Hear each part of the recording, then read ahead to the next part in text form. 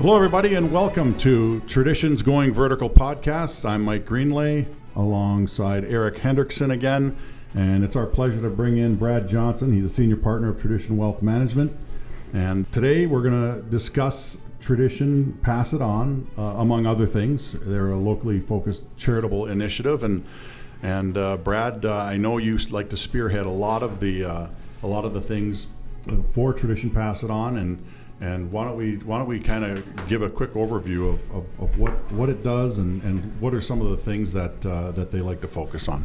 So it kind of all started, probably really became formalized back in 2015. And it really started more as an Edina-based focused kind of initiatives. But I was on the Edina Community Foundation board. I do a lot with, other Edina organizations. Erik was the head of the Edina Hockey Association, does a lot of other Edina-based stuff. And then Scott Boyning with Tradition Bank. Tradition Bank sponsored like the Edina High School, I'm trying to remember, the homecoming halftime event. They help with the booster clubs, etc. An opportunity came up fall of 2015 where kind of two worlds collided, and then we turned it into this Tradition Pass It On initiative.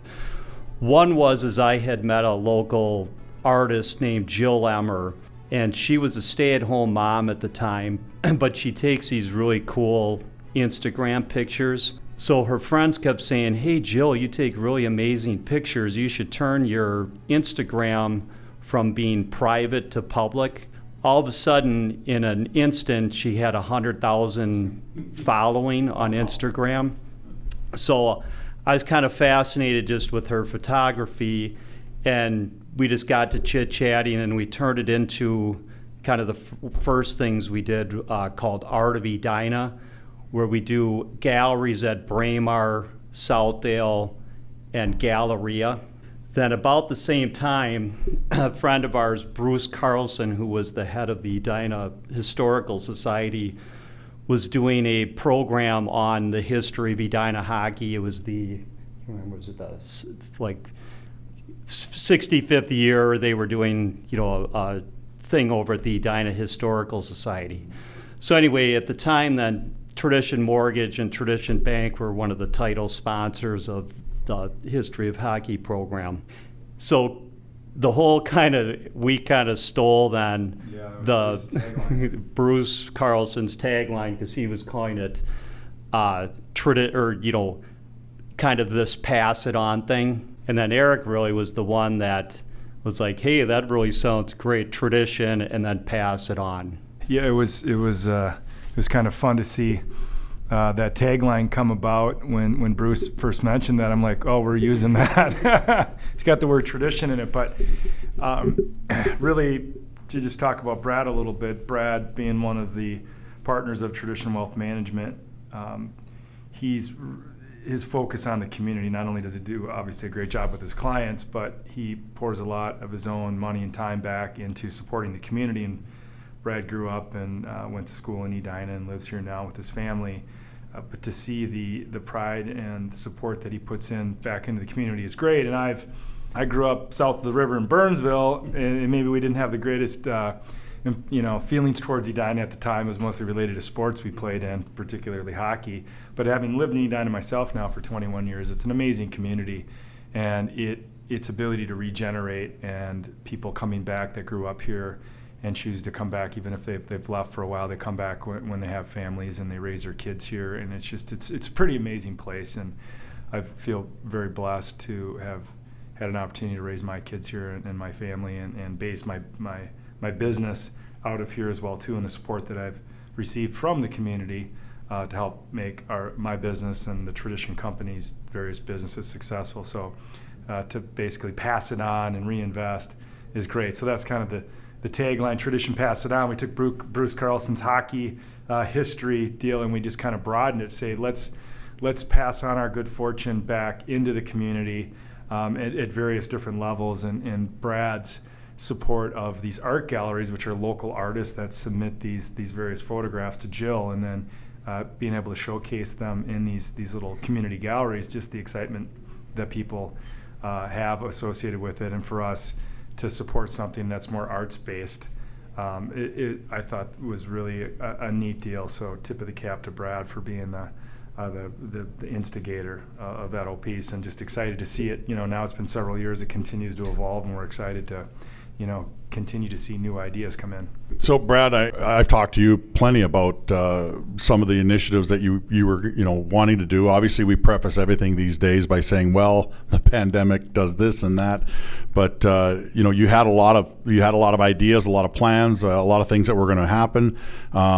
Where do those come from? I mean, I know you're not pulling them out of thin air. Maybe you are, but I know that you talk to a lot of different people, especially in this community. And so, is that where you're kind of drawing a lot of the ideas to, raise money for certain initiatives? So kind of the whole tradition pass it on thing is really 4 prongs. So it's really arts, academics, athletics, and volunteerism. So somewhat now it's,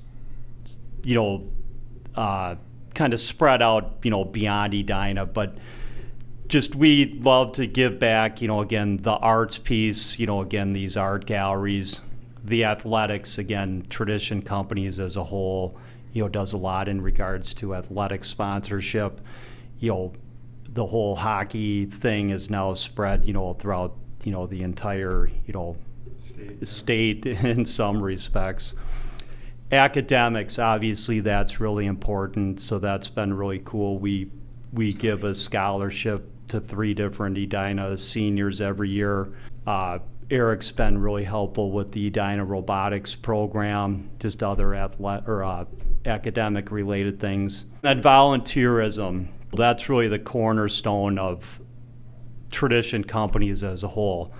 Somewhat a little offshoot off of Tradition Bank, and their Keystone Program does a number of amazing,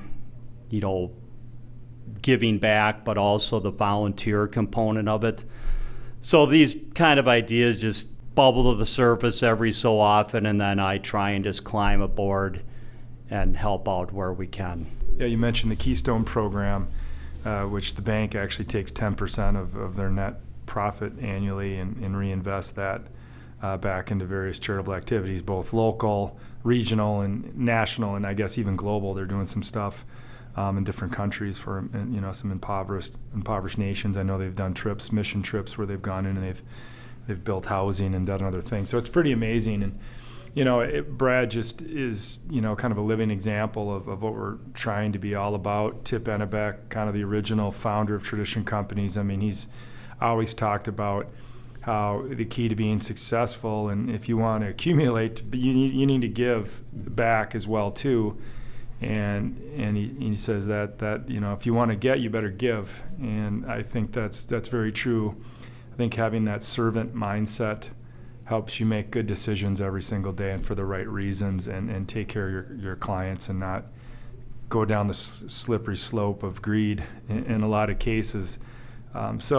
So it, again, we've been blessed with a lot of great clients that have helped us be successful. So we feel very fortunate to be able to give back in the community. And Brad, maybe I don't know if you guys have talked over at Tradition Wealth Management, part of the Pass It On. Do you guys have anything coming up this winter that you're looking forward to, or what are maybe some of the other items that you guys kind of have cooking in the hopper? Before getting to that, one other piece that we get asked all the time, obviously a lot of organizations need money, but having volunteers is also just as important as the dollar.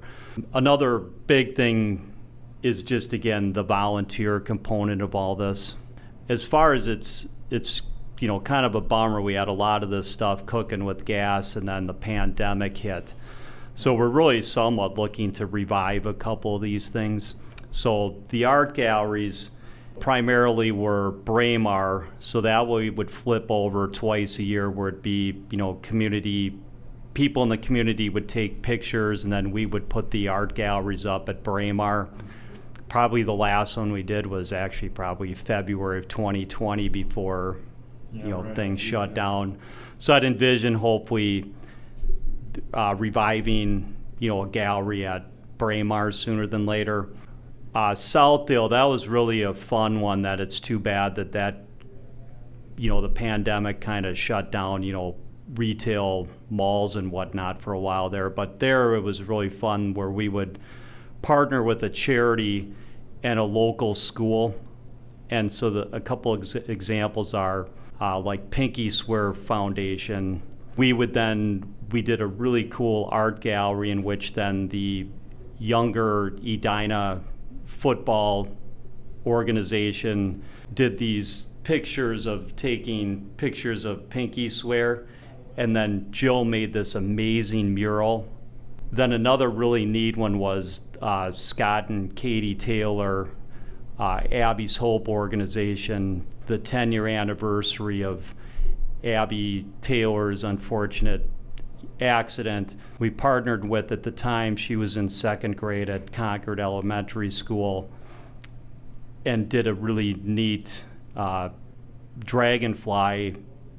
The kids in the second grade class at Concord made these dragonflies that we posted at Southdale. So hopefully we can revive one of these again one of these days.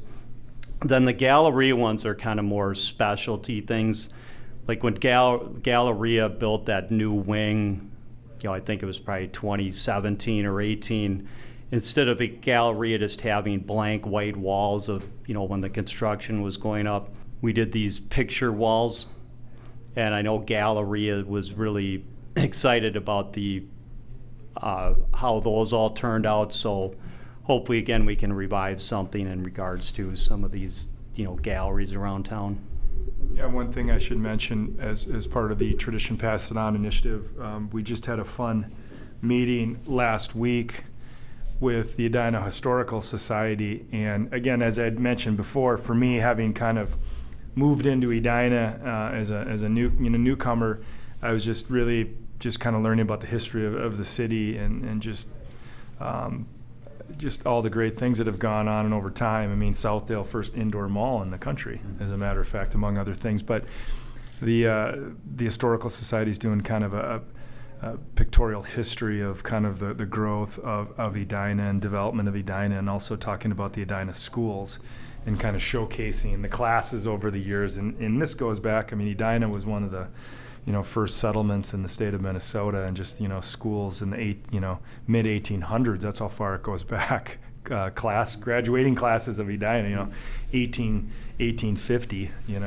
So really cool. So we're going to step in and be one of the sponsors of this initiative too, and we're not only looking at doing some physical galleries with that over at the Historical Society location, but now taking advantage of social media ability to share that out so people can follow this Historical Society, and we can amplify that on our platform and bring that to people and showcase some of the fun history. They're talking about doing, class yearbook pictures and from various classes, and fun to see some of the different hairstyles from through the years, being an 80s high school guy, the mullet time of the mullet. So it'll be interesting to see. I think maybe they pioneered that down in Burnsville, but I think Edina picked up on it pretty quick too. At least the hockey players do. It's interesting.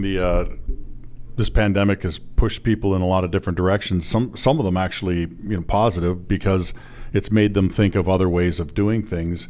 And I'm sure that there's some people that are dreaming up new ways to present things or generate charitable donations or ways to do things, and through social media. And you mentioned the advent of this. A lot of this was an Instagram account, which now is absolutely huge. And so maybe there's, I'm sure that someone's dreaming up ways to present galleries that way as well.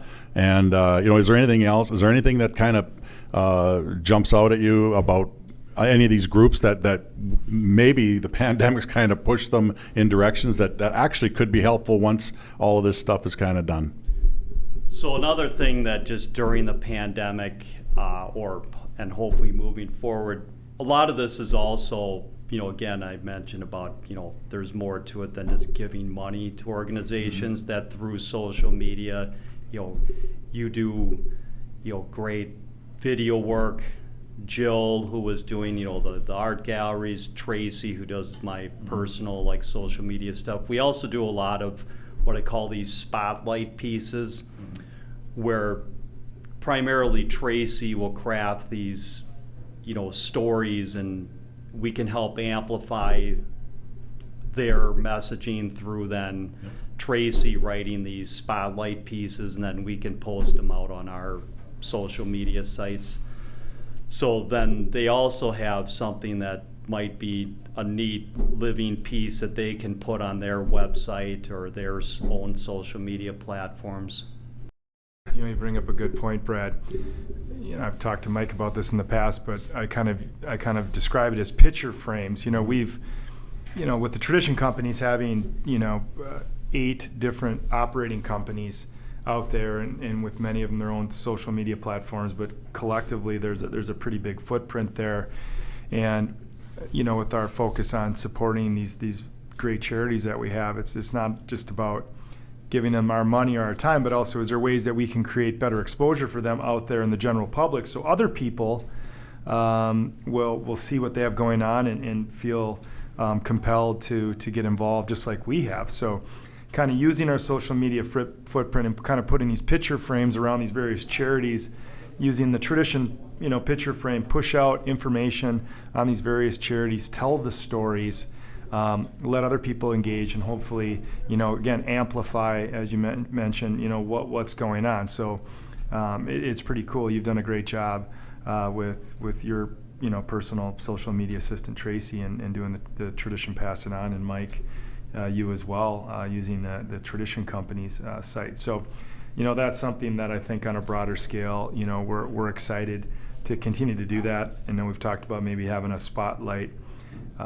charitable initiative of the week even, and just try to get that out more, because again, to be able to help these charities continue to do what they're doing and serve the greater good is really what it's all about. And to that point, and I know we've discussed this in the past, but with Tradition Mortgage last year and now again this year, making it available to all of their employees to give a certain amount of money to charities of their choice. And it was really interesting, because last year, we were still counting. There was like 150 charities that most people hadn't even heard of, because they're in their own communities, which is great.